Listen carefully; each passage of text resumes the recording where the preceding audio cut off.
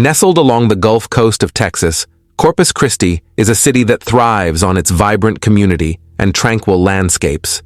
It's a place where neighbors greet each other with smiles and where family ties are cherished. But on March 27, 2014, the calm of this coastal city was shattered. What unfolded behind the closed doors of one unassuming home on that day was not only tragic, but also deeply baffling. A chilling tale of betrayal, violence, and unanswered questions. At the heart of this tragedy was 17-year-old Kevin Davis and his mother, Kimberly Hill. To the outside world, theirs seemed to be a typical mother-son relationship. Kimberly, a hard-working woman with a warm smile, was known for her kind demeanor and unwavering love for her son. Kevin, on the other hand, was often described as quiet and polite, a teenager who kept to himself. Their lives appeared ordinary, but as investigators would soon discover, hidden beneath the surface were complexities that would culminate in a horrific act. March 27th began as an unremarkable day. Kimberly was busy with her usual routine, her mind likely filled with thoughts of work and family. For Kevin, however, it was anything but ordinary. Unknown to anyone, he had spent the hours leading up to that day in a state of deep internal conflict. He later confessed to having debated two choices, taking his own life or committing an act of violence. The fact that these thoughts were festering within him, undetected, is perhaps one of the most haunting aspects of this story. That morning, Kevin's demeanor betrayed none of the storm raging inside. As the day progressed, he approached Kimberly with what seemed like a simple request, a hug. Kimberly, unaware of her son's hidden turmoil, granted his request without hesitation. In that moment, what should have been a gesture of love and comfort turned into an unimaginable act of violence. Kevin's actions were sudden and brutal. When authorities later arrived at the scene, they found evidence that pointed to the sheer ferocity of the attack. Kimberly's life had been taken in a manner so horrifying that even seasoned investigators were left stunned. The home, which had once been a place of warmth and safety, was now a crime scene that told a story of unspeakable violence. But the most chilling twist in this case came not from the crime itself, but from Kevin's subsequent behavior. After committing the act, he calmly left the house and rode his bike to the local police station. Once there, he approached the desk officer with an unsettling composure and confessed to what he had done. His words were clear and detailed, leaving no doubt about his actions.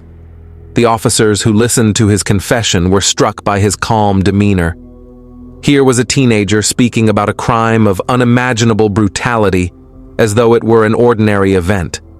There was no visible remorse, no signs of panic, only a matter-of-fact recounting of his actions. This lack of emotion would later become a focal point of the investigation, raising questions about Kevin's mental state and the true nature of his motive. When authorities arrived at the Davis home, they were met with a grim scene that confirmed Kevin's confession. Kimberly's lifeless body was discovered, and the evidence painted a picture of a crime carried out with chilling deliberation. Yet despite the physical evidence and Kevin's detailed account, the question of why loomed large. What could have driven a son to commit such an act against the person who had loved and nurtured him? As Kevin sat in the interrogation room, his answers offered little clarity. He described his actions with unsettling detachment, as though recounting the events of someone else's life. His statements revealed a troubled mind, filled with thoughts of despair and anger, but they stopped short of providing a clear motive. He admitted to considering other potential victims, but ultimately turned his focus inward, targeting the one person who had always been by his side. Investigators delved into Kevin's background, searching for clues that might explain his actions.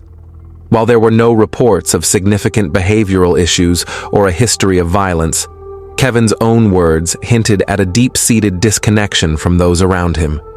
He spoke of feeling isolated, misunderstood, and angry, emotions that had apparently festered over time, leading to that fateful day. Psychological experts were brought in to assess Kevin's mental state, but their findings offered more questions than answers. Was he suffering from an undiagnosed mental illness? Did he experience a moment of psychosis? Or was his lack of emotion indicative of something even more troubling? These were questions that no one could answer definitively. The trial that followed was a somber affair, marked by the absence of a clear motive and the overwhelming grief of Kimberly's loved ones. Kevin's guilty plea spared the family the anguish of a lengthy trial, but it did little to ease the pain of their loss. In court, the prosecution presented the harrowing details of the crime, while the defense attempted to shed light on Kevin's troubled state of mind. Ultimately, the jury sentenced Kevin to life in prison, a decision that reflected the gravity of his actions.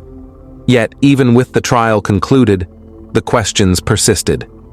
How could a seemingly ordinary teenager commit such an extraordinary act of violence? Were there signs that had been missed, subtle clues that might have hinted at the darkness within him? And most haunting of all, could this tragedy have been prevented? For the community of Corpus Christi, the case left a lasting scar. Kimberly Hill was remembered as a loving mother and a kind-hearted friend, a woman whose life was cut short in a way that defied comprehension. Her loss was felt deeply by all who knew her, and her memory became a rallying point for discussions about mental health and the hidden struggles that can sometimes lead to unimaginable outcomes. As the years pass, the story of Kevin Davis and Kimberly Hill remains a chilling reminder of the fragility of human relationships and the darkness that can sometimes lurk beneath the surface. It is a tale that raises more questions than it answers, leaving behind a legacy of pain, confusion, and a search for understanding.